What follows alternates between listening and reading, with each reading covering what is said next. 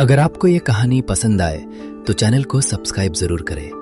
आपका एक सब्सक्राइब हे मोटिवेट करता है। धन्यवाद।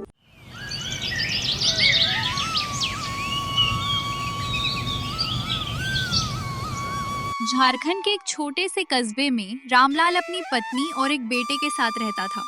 लोग उसे प्यार से रामू कहते थे। लेकिन रामलाल की जिंदगी हमेशा इतनी अच्छी नहीं थी। वो बहुत गरीब था। वो खेतों में मजदूरी करके अपना घर चलता था। घर की हालत इतनी खराब थी कि कई बार 2 वक्त का खाना जुटाना भी मुश्किल हो जाता था। रामलाल अपने बेटे को पढ़ाना चाहता था, लेकिन उसके पास उसके बेटे को पढ़ाने के पैसे नहीं थे।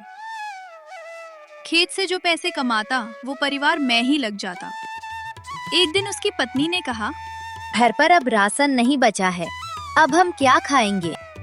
मैं क्या करूं राधा, खेत की मिट्टी अब इतनी उपजाऊ नहीं रही, जिससे खेती नहीं हो रही है। पर ऐसे ही चलता रहेगा तो हम क्या खाएंगे? आप एक काम करिए, आप कोई दूसरा काम ढूंढिए। ये बात रामलाल के दिल में बैठ गई। उसने तय किया कि वो अपना छोटा सा कारोबार शुरू करेगा। उसकी पत्नी बहुत स्वादिष्ट समोसे बनाती थी। रामलाल ने उनसे समोसे बनाना सीखा। उसने थोड़े पैसे उधार लिए और एक छोटी सी ठेला में समोसा बेचने लगा। पहले दिन उसने सिर्फ 30 समोसे बनाए, लेकिन शाम तक आधे समोसे भी नहीं बिके। कुछ लोग आए, समोसे देखे और बिना खरीदे चले गए। एक आदमी मजाक उड़ाते हुए बोला, अरे रामलाल, तेरे समोसे कौन ही खाएंगे? रामलाल को बहुत बुरा लगा। उसने कहा, मेरी मेहनत जरूर एक न एक दिन रंग लाएगी। रामलाल ने हार नहीं मानी। अगले दिन उसने समोसों में नया मसाला डाला और इमली की चटनी बनाई।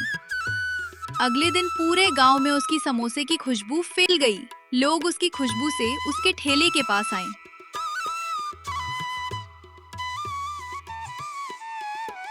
अरे रामलाल, तेरे समोसे की खुशबू तो बड़े ही मजेदार है। मुझे 1 प्लेट समोसा देना तो। रामलाल तुरंत समोसे को देता है। लोग उसके समोसे खाकर खुश हो गए।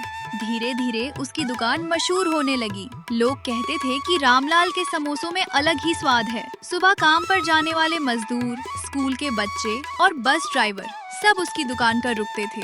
रामलाल हमेशा ग्राहकों से मुस्कुराकर बात करता। अगर कोई गरीब बच्चा दुकान के पास खड़ा रहता तो वो उसे मुफ्त में समोसा खिला देता। समय बीतता गया, उसकी कमाई थोड़ी बढ़ने लगी। अब वो अपने परिवार का खर्च ठीक से चला पा रहा था। रामलाल अपने बेटे को स्कूल भेजने लगा। दीपक पढ़ाई में बहुत अच्छा था। रामलाल चाहता था कि उसका बेटा खूब पढ़े और जिंदगी में बड़ा आदमी बने।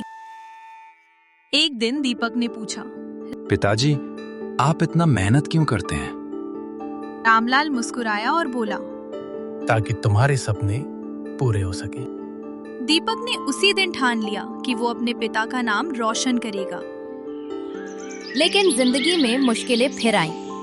कस्बे में एक बड़ी फास्ट फूड दुकान खुल गई। वहाँ बर्गर, नूडल्स और पिज्जा मिलने लगे। धीरे धीरे लोग वहाँ जाने लगे और रामलाल की दुकान पर भीड़ कम हो गई। कमाई घटने लगी। कई बार रामलाल रात भर चिंता में जागता रहता। उसे डर था कि कहीं बेटे की पढ़ाई न रुक जाए। एक रात उसकी पत्नी ने कहा, आप चिंता मत कीजिए, आपकी मेहनत एक दिन जरूर रंग लाएगी। अगले दिन रामलाल ने कुछ नया करने की सोची। उसने छोटे कुरकुरे मिनी समोसे बनाना शुरू किया और बेचने लगा। साथ ही उसने चाय भी रखनी शुरू कर दी। धीरे धीरे उसका काम फिर से चल पड़ा। लोगों को उसका स्वाद और ईमानदारी दोनों पसंद थे। समय के साथ दीपक ने अपनी पढ़ाई पूरी की और डॉक्टर बन गया।